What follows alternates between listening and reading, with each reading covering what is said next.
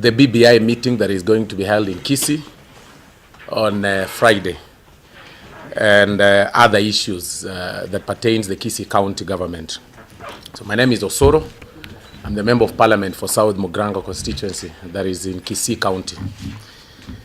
As a representative of the people of South Mugrango and Kenyans by extension, I am alarmed by reports of planned meeting to discuss the BBI convened by the Kisii and Nyamira counties, inviting Homa Bay, Siaya, Kisumu and Migori county governments, which are to hold, or which is to be held on Friday, 10th January, at the Kisii Sports Club and the Gusii Stadium, and which have been fully financed through county government development funds.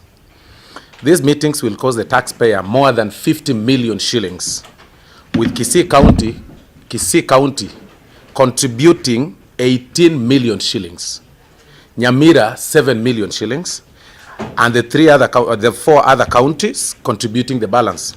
Reports indicate that the delegates are drawn from these counties with a special bias for ODM members. And every delegate has been paid 5,000 shillings to attend the so-called consultative BBI meeting. Put it differently, the ODM is convening a political delegates meeting using public funds. The ODM is convening a political delegates meeting using public funds. At a time when the public discourse is about how to strengthen devolution for the sake of our people, this brazen misuse of public funds must be condemned with the strongest terms possible. To begin with, the President extended the term of the BBI task force for the purpose of expanding and guiding public participation. And you know the same hasn't been gazetted yet. We've already spent 10 billion with the first consultation meeting on the BBI, and also structuring the recommendation into consumable action plans by the public. What was in the public domain is therefore inconclusive and can never be subjected to debate or consultation. And in any case, consulting with who? You cannot consult with 3,000 people, delegates. What do you consult in a meeting of 3,000? It's not possible to consult with 3,000 people. Even if you give each person 1 minute to discuss. What are they consulting on? You can't finish within that day. It is therefore not only premature and unfounded, but also conniving, nefarious to hold meetings with the intention to consult a non-existent report. It's important to note that that report is not even, there is no copy that is in the hands of any public person. Even the attendees do not know what they're coming to consult on. Nobody has seen that report in its actual form.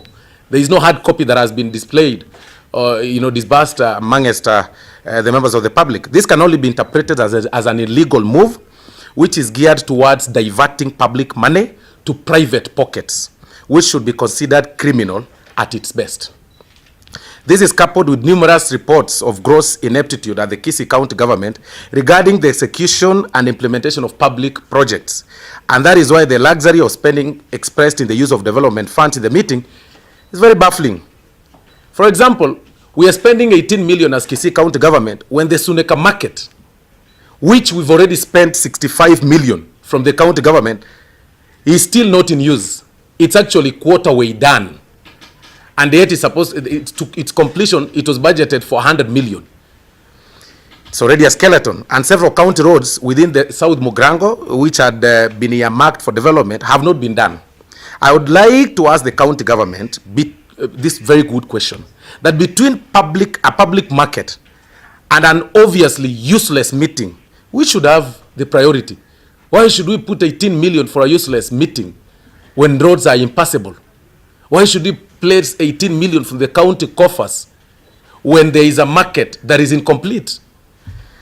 We wish to ask the DCI, the DPP and the ESCC to wake up from their deep slumber and resume their work, and to remind them that the effectiveness of the purge on corruption can never be sacrificed at the altar of political correctness. That is because you are politically correct, you can do whatever you want with public money. That you are supporting the handshake, you're hiding behind the handshake to steal public money because you are appearing like you're supporting the president and Right Honorable Raila Odinga. We will not accept. We assume that the same integrity yardstick that has been applied to other people or to the other county governments and governors is being applied across board without fear, favor, or ill will. It is therefore surprising to see that even after copious allegations have been made against the county government of Kisii County concerning the misuse of public funds, no attempt has been made to investigate these allegations, therefore putting more public funds in danger of being misappropriated and many public projects not implemented. Instead, the misuse and diversion of funds is becoming more blunted by the day. It is imperative that they initiate and speed up the investigations on these cases, treating the matter with utmost urgency and competence within the spirit of the Public Finance Management Act and the applicable law. I wish to remind the Governor, James Ongwae, just in case he forgot, you got your mandate to serve from the wonderful people of Kisii County, and therefore, the remaining 2 years, you need to stop politicking at the time, because you are appearing like you're supporting the handshake. That kind of politicking is ill-advised and is also against the presidential directive against early campaigns. Moreover, there are more pressing issues of our constituents. When the people require, what the people require on the ground is good policy, empowerment of the youth, agricultural implements, because our tea prices are too low, our coffee prices are too low, yet agriculture is partially devolved. I mean, the government, the county government is doing nothing. You've never called farmers to consult on how to improve their proceeds. You've never called young people to ask them questions in regard to how you can improve their lives. You're here focusing on how to call delegates, pay them 5,000 shillings within 2 hours to consult on an non-existent report that they do not even have. It's not actually a consultation, it's a campaign. A meeting to discuss the BBI and such political agenda are not among the important issues to be addressed as at now. Finally, you can fool some people sometimes, but you can't fool all the people all the time.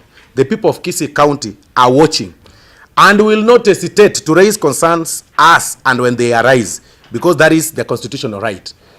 We will not hesitate. Even on that very Friday, we will not hesitate. We will come to also pick the 5,000 shillings that you are paying people, because it's our money. We will also come to ask questions on the incomplete projects like the Suneka Market and the incomplete roads in the constituency, especially South Mogrango. We will come that very day. As you consult on the BBI, we will be consulting you on the development projects that have stalled while you are spending the 18 million. And there are other things that we violated that I will not really want to mention right now, like the misappropriation of the grants. The county government misappropriated grants that were meant for benefit of the county and the public at large. The money that was given by the World Bank, it was misappropriated. That was meant for the hospital. It was misappropriated. The level 4 hospital. There was also the money that was also given to improve, that very money was actually given, and then the county government still budgeted for it. Besides the grant, they withdrew the money from the county coffers. The governor did that with his proxies, under his proxies. We've also highlighted the companies that work within the county government. There is no devolution in Kisii County. In Kisii County, it's a one-man show. Once the governor has said a thing, it must be followed. He is the finance officer. He is the Minister for Finance. He is everything. All the rest are flower girls. He decides who to be given a contract. In fact, he divides contracts that are beyond, what he does, he demarcates contracts that are beyond 5 million so that he doesn't advertise them. Even if it gets to 3.5 for him to do direct procurement. And you must consult on any contract that is beyond 800,000. That is what is happening in Kisii. Now he's hiding behind the handshake. He's hiding behind Matiang'i. He's hiding behind the president. He's hiding behind everything. He's saying we are supporting the handshake so that he's not arrested. We will not relent. All the companies that we violated here are directly involved, directly linked to him. Some owned by his own son, but we've not seen the DCI go for him. Some owned by his own wife, we haven't seen. They are all highlighted here, the incomplete projects that is undertaken in Kisii, and people have drawn money. So in conclusion, my appeal I have raised these few issues to point to the press and the Kenyan public, development partners and the investigative agencies, including but not limited to the DCI, the DPP and the EACC, to the massive and wanton corruption happening under their watch, and to ask them to move with speed, because time is of essence in this matter. And any time lost robs the residents of Kisii County the services they deserve from the government they elected. I also urge the development partners, including the World Bank, to carry out the independent and forensic assessment and audits as to how the funding directed to the county was utilized, and whether the intended ultimate recipient and beneficiaries of any developmental assistance actually received the aid, and evaluate the impact. The result of this should inform their future engagements with the county, including, if more, stringent supervision that could be necessary as a condition to funding. So that is the whole thing. 18 million is going to waste on a single ODM activity being funded by the taxpayer. That one we will not accept. We are coming for our share on Friday. Thank you very much. Yes, there are no two factions in this BBI thing. Whether you are supporting the deputy president or not is neither here nor there. None of us is opposed to the BBI proposals, as it were. None of us. And that is what we are wondering. What are you consulting on? The president gave a directive and said he's extended the task force period of seeking further consultations. My opinion is that it is only the task force that is mandated to call for any consultation to add further to the already existing report on further consultations. Not the governor, not the members of parliament, not me, not anyone, not even the president. It is the task force team. And that meeting, the Kisii meeting, has not been convened by the 10-member task force committee. But the Rift Valley met and they discussed the BBI. Mount Kenya also met to discuss the BBI. So Kisii also met. What's the issue with this one? Kisii also met and discussed the BBI as leaders. Rift Valley members of Rift Valley members of parliament met from their own pockets and discussed the BBI. The Gusii members of parliament met with their governor from their own pockets to discuss the BBI. This time round, there is a delegates meeting. This is not a normal discussion. Then present us with evidence. Hold on. Kisii County is going to spend money on that because you just mentioned but you have not presented us with evidence. It is clear. The whole plan is being planned by the Kisii County government. We need the evidence because for us to run the story, we'll have to get the evidence. The same way you have listed those companies and who their directors are. We need evidence that the Kisii County government and the Nyamira County government you cannot to finance that particular contract. Let's be very factual. If it is not the task force, that is calling for the meeting, which runs on a budget of 10 billion, then who else is running such a meeting of the that is worth 50 million? If it's not the county government. I need your evidence. No, which other further evidence when the governor is there running up and down calling for the meeting? Which further evidence? When it's the governor and his ministers that are running that, is it a government project? I feel it's not enough. You need to present us with concrete evidence. Evidence will be presented on Friday when two factions will be there, when we will be collecting our share. Because we'll also collect our share. It is the county government that is funding this whole thing. And if it's even if we go by further, even if we go the other side and say it is the national government, under whose directive the national government is spending 18 million and 50 million? Under whose directive? When the task force is there. What are you further consulting? Who is writing the report on behalf of the task force? Because it is not part of the conveners of that meeting. Mheshimiwa, let me ask. The meeting that was held in Embu, CS Mangi Kunjuru was part of it. Do we now say, or do we now conclude that because the CS was I'll explain to you this way. All the regional meetings that have been held by elected leaders. All of them. Now, this one is a bit different. 300 delegates are going to be pulled from every county, with Kisii taking the lion's share of 1,000 delegates. Buses have been hired. In my constituency alone, several buses have been hired to pick people with a promise of 5,000 shillings. And what we are asking, where is the governor getting this money to pay these people 5,000 shillings to attend a delegates meeting? Who are the delegates? Who are they representing? We elected leaders. You elect leaders to be, we are elected to be representatives of the people. What are you consulting back with them again? That is the question you are raising. It is not as similar as the Embu meeting where the minister was there and the members of parliament. This is a rally and every attendee is going to be paid. There is a budget of 50 million and that is the question.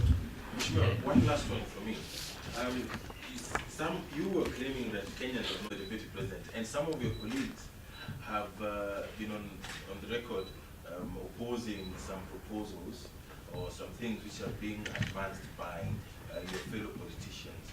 The conference that is going to take place in Kisii has been dubbed as the task force engineered conference.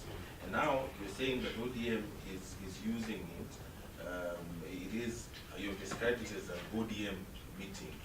Does it mean that that you and your colleagues who are supporting the deputy president are clearly not for the BBI? Because what you have fallen short of is giving us proposals as to what should happen.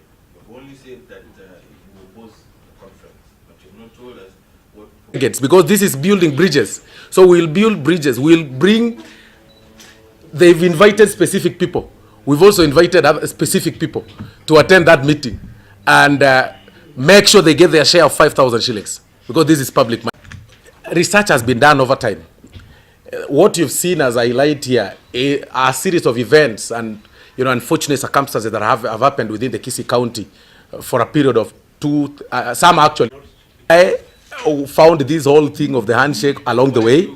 We downloaded because we are privileged to download.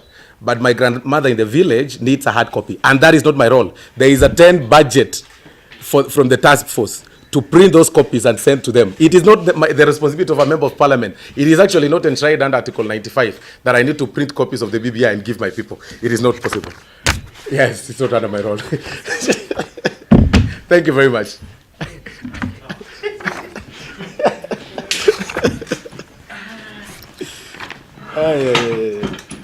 Hizo ma evidence wachana nazo bana. Hakuna na kitu kama hiyo. He's already